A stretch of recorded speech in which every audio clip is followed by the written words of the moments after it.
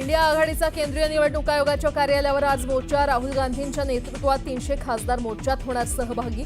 निवडणूक आयोगाविरोधात विरोधक आक्रमक।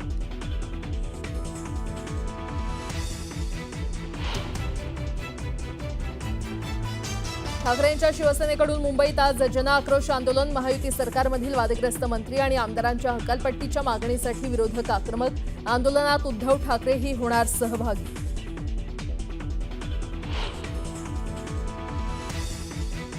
दादरमधील कबूतरखान्यावर मुंबई पालिकेनं पुन्हा लावली ताडपत्री। कबूतरखाना परिसरात पोलीस बंदोबस्तात वाढ।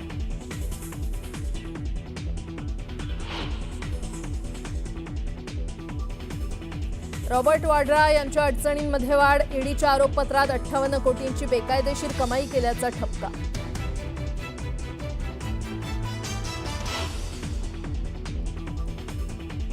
पंढरपुरात विठ्ठल मंदिरात हिंदीतून पूजा घातल्याचा दावा। राहुल सातपुते नावाच्या व्यक्तीचं ट्विट। तर पूजा करण्यासाठी इतर कोणत्याही भाषेचा वापर करण्यात येत नाही, प्रशासनाचं स्पष्टीकरण।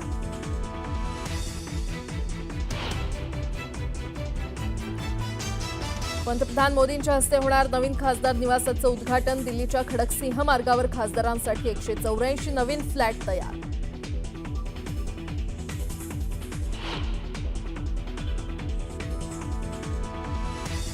तांत्रिक बिघाडामुळे एअर इंडियाच्या तिरुवनंतपुरम दिल्ली विमानाचं चेन्नईमध्ये इमर्जन्सी लँडिंग। तर लँडिंग करताना समोर दुसरं विमान आल्याचा काँग्रेस खासदार वेणुगोपाल यांचा दावा।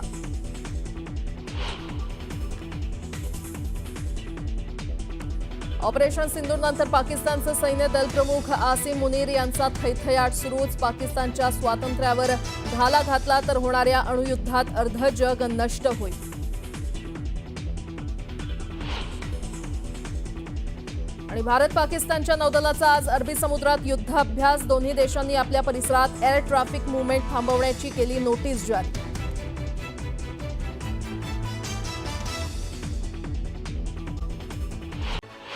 मनोज जरांगे पाटील मराठा आरक्षणासाठी मुंबईमध्ये मोर्चा काढणार आहेत आणि त्यासाठी ते राज्यभरात नेत्यांच्या भेटीगाठी घेत आहेत। या मोर्चाच्या पार्श्वभूमीवर जरांगे यांनी मुख्यमंत्री फडणवीस यांच्यावर निशाणा साधलाय। फडणवीस ओबीसींचा विकास करू म्हणतात, मग मराठा समाजानं काय केलंय असा सवाल त्यांनी केला।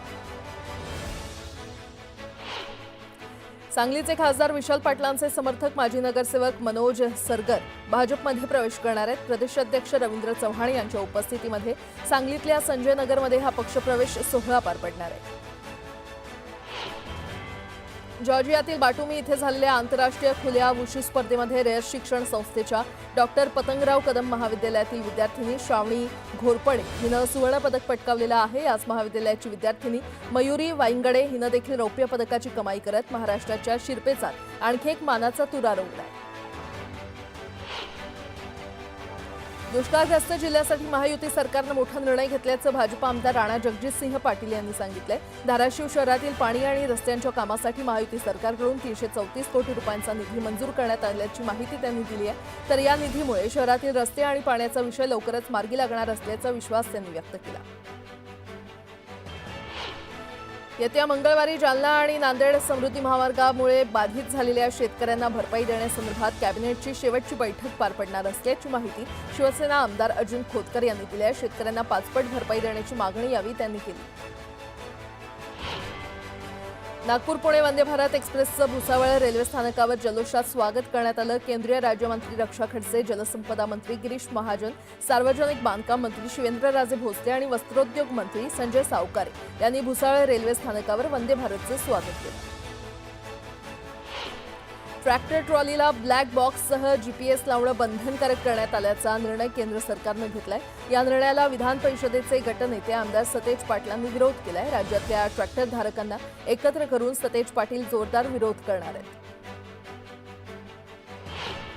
बीडमधील गेवराई शहर गोळीबाराच्या घटनेनं हादरलं। शहरात एका तरुणीवर अज्ञातांकडून गोळीबार करण्यात आला। छातीत गोळी लागल्यामुळे तरुणी गंभीर जखमी झाली। दरम्यान गोळीबाराच्या दुसऱ्या दिवशी पोलिसांकडून दखल घेण्यात आल्याचा आरोप स्थानिकांनी केला। नाशिकच्या इगतपुरीमध्ये एक बेकायदेशीर कॉल सेंटर सीबीआयनं उद्ध्वस्त केलं। 44 लॅपटॉप, 71 मोबाईल फोनसह 1,20,00,000ची बेहिशेबी रोकड, 500 ग्रॅम सोनं आणि 1 कोटी रुपयांच्या 7 लक्झरी कार यावेळी जप्त करण्यात आल्या।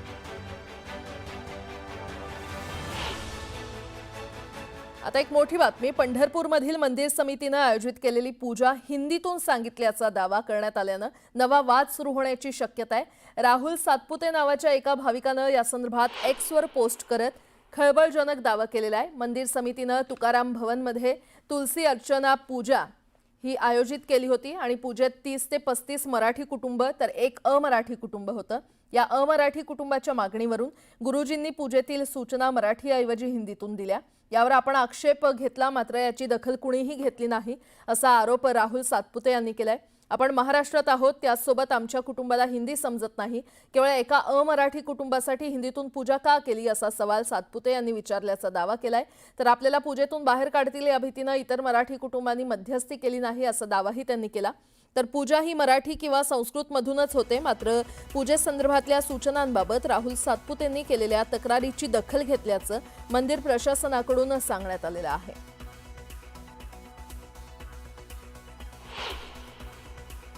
ही आता तक्रार प्राप्त झालेली आहे. 9 ऑगस्ट रोजी हिंदीतून पूजा घातल्याची जे तक्रार आहे, तर हिंदीतून कुठलीही पूजा होत नाही. पूजा ह्या सर्व मराठी आणि संस्कृत या भाषेतूनच होतात. परंतु फक्त जी माहिती सांगितली जाते ती प्राधान्याने मराठी, आणि त्यानंतर जर समजलं नाही कुणाला, परभाषिक परप्रांतीय जर भाविक असतील तर त्यांना हिंदी भाषेतून आपण त्या ठिकाणी माहिती सांगत असतो. तर निश्चितच त्यांनी केलेली तक्रार सुद्धा मंदिर समितीने गांभीर्याने घेतलेली आहे. महाराष्ट्रातील मराठी भाषिकावर कुरघोडी करण्याचा हा प्रयत्न आहे. मराठी भाषिकांना काय करायचं ते तुम्ही करा, हम तुम्हारी सुनेंगे नहीं, तो आणि तुम्ही आमचं काय वाकडं करू शकाल, अशी यातून असा संदेश देण्याचा सरकारचा प्रयत्न मला दिसतो आहे. सरकारने त्वरित ते बंद करावं आणि मराठीमध्येच ते सुरू करावं अशी आमची सरकारकडे मागणी आहे. पुढची बातमी पाहूया. श्रावणी सोमवारच्या निमित्तानं राज्यातल्या विविध शिवमंदिरांमध्ये भाविकांनी दर्शनाला गर्दी केली आहे. त्र्यंबकेश्वरमधील शिवमंदिरात भाविकांनी मोठी गर्दी केली. देशभरातून आलेल्या भाविकांमुळे मंदिर परिसर भाविकांच्या गर्दीनं फुलून निघालाय. तर श्री क्षेत्र भीमाशंकर मंदिरात देखील पहाटेपासूनच भाविक रांगेत उभे आहेत. महापूजा आणि आरती झाल्यानंतर भाविकांना दर्शन सुरू करण्यात आले. दरम्यान वेरूळच्या घृष्णेश्वर मंदिरात भाविकांची रात्रीपासूनच अलोट गर्दी पाहायला मिळते. मंदिर परिसरातील गर्दी लक्षात घेता पोलिसांचा चोख बंदोबस्त तैनात करण्यात आलाय. तिकडे औंढा नागनाथमधील नागनाथ मंदिरात भाविकांची रीघ पाहायला मिळते. पहाटे 2 वाजता मंदिर भाविकांसाठी उघडण्यात आलं. तर परळीतील वैजनाथ मंदिरात देखील भाविकांची दर्शनासाठी रीघ लागलेली आहे. हर हर महादेवच्या गजरात आणि भाविकांच्या गर्दीनं मंदिर परिसर फुलून गेलाय. पुन्हा एकदा बातम्या वेगवान स्वरूपात. विरोधी पक्षनेते राहुल गांधी यांनी केंद्रीय निवडणूक आयोगावर मत चोरीचे गंभीर आरोप केलेले आहेत आणि या प्रकरणी आता राजकीय वर्तुळात आरोप प्रत्यारोप सुरू आहेत. दरम्यान आता राहुल गांधी यांच्या नेतृत्वाखाली इंडिया आघाडीचे खासदार संसद भवनापासून राजधानी दिल्लीतील निवडणूक आयोगाच्या कार्यालयापर्यंत मोर्चा काढणार आहेत. एअर इंडियानं आपल्या पायलट आणि काही इतर कर्मचाऱ्यांसाठी सेवानिवृत्तीची वयोमर्यादा वाढवण्याचा निर्णय घेतलाय. या निर्णयामुळे पायलट आणि कर्मचाऱ्यांच्या सेवानिवृत्तीच्या वयात वाढ झालेली आहे. ही वयोमर्यादा आधी 58 वर्ष होती, तर आता नवीन निर्णयानुसार पायलटसाठी 58 वर्षावरून वाढवून 65 वर्ष आणि नॉन फ्लाईंग कर्मचाऱ्यांसाठी 58 वर्षांवरून 60 वर्ष करण्यात आली आहे. वरळी येथील बीडीडी चाळीमधील 556 कुटुंबांचं नव्या घराचं स्वप्न अखेर साकार होणार आहे. 14 ऑगस्टला सकाळी 10 वाजता माटुंगा येथील यशवंतराव नाट्यगृहात घरांच्या चाव्या वाटपाचा कार्यक्रम होणार आहे. राज्यातील वैद्यकीय उच्च आणि तंत्रशिक्षण कृषी विभागाअंतर्गत येणाऱ्या महाविद्यालयांनी अनामत शुल्क नियामक प्राधिकरणानं ठरवून दिलेल्या मर्यादेपेक्षा अधिक शुल्क विद्यार्थ्यांकडून आकारू नये. विद्यार्थ्यांकडे अशी अधिक रकमेची मागणी करणाऱ्या कॉलेजची तक्रार करावी असं आवाहन एफआयआरनं केलं आहे. सीईटी सेलकडून इंजिनिअरिंग अभ्यासक्रमाच्या दुसऱ्या फेरीची गुणवत्ता आज जाहीर होणार आहे. विद्यार्थ्यांना 12 ऑगस्ट ते 14 ऑगस्ट दरम्यान प्रवेश घेता येईल. या फेरीमध्ये इंजिनिअरिंगच्या प्रवेशासाठी 1,43,445 जागा उपलब्ध आहेत.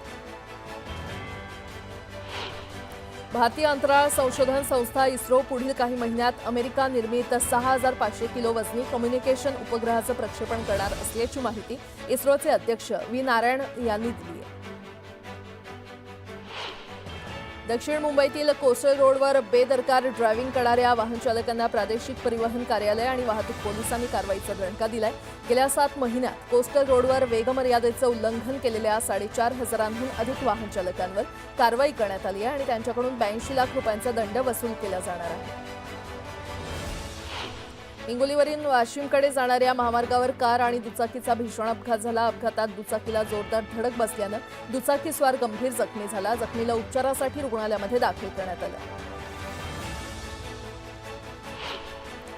जालना जिल्ह्यातल्या भोकरदन शहरात जोरदार पावसानं हजेरी लावली. जिल्ह्यात 2 दिवस पावसानं उसंत घेतली होती. मात्र रविवारी दुपारनंतर मुसळधार पावसानं हजेरी लावली आणि त्यामुळे शहरातील पुलावर मोठ्या प्रमाणात पाणी साचलं.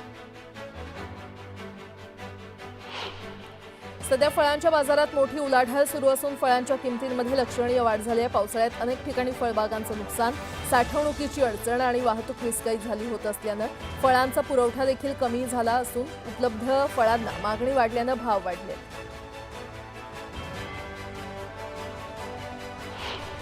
अमरावती जिल्ह्यातील भातकुली तालुक्यातील दगडागड गावातील नदीवरील पुलावरून पाणी वाहत असल्यानं गावाचा संपर्क तुटलाय. गावात 160 लोकवस्ती असलेले नागरिक मुख्य रस्त्यापासून दूर राहत असल्यानं लोकप्रतिनिधींनी गावाकडे दुर्लक्ष केलंय.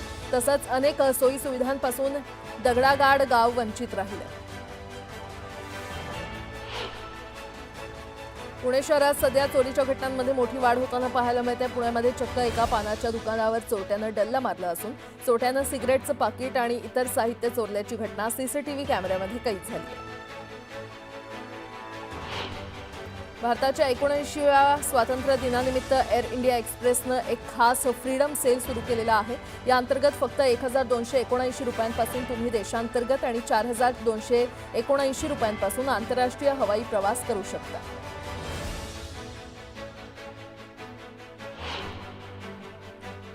आता एक मोठी बातमी. डोंबिवलीच्या खोणी तळोजा रोडवरील ऑर्चिड कोऑपरेटिव्ह सोसायटीमध्ये संचालक पदाच्या निवडणुकीत राडा झाल्याची माहिती मिळते.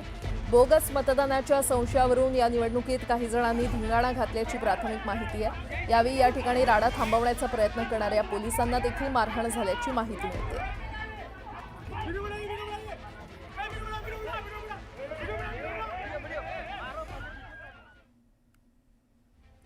नाशिकमधून मोठी बातमी. नाशिकच्या इगतपुरीमध्ये एका बेकायदेशीर कॉल सेंटरवर सीबीआयनं उद्ध्वस्त केलेलं आहे. 44 लॅपटॉप, 71 मोबाईल फोनसह 1,20 लाखांची बेहिशेबी रोकड, 500 ग्रॅम सोनं आणि 1 कोटी रुपयांच्या 7 लक्झरी कार यावेळी जप्त करण्यात आले. मुंबईतील रहिवासी असलेले 6 आरोपी, अज्ञात खासगी व्यक्ती आणि बँक अधिकाऱ्यांविरोधात सायबर फसवणुकीचा गुन्हा दाखल करण्यात आलाय. एका ऑनलाईन कंपनीचे सर्व्हिसेस कॉल सेंटर असल्याचं भासवत अमेरिका, कॅनडा आणि इतर देशातील नागरिकांची गिफ्ट वाउचर तसंच क्रिप्टोकरन्सीचा वापर करत फसवणूक केली जात होती. बेकायदेशीर कॉल सेंटर चालवण्यासाठी 60 ऑपरेटरची नियुक्ती करण्यात आली होती.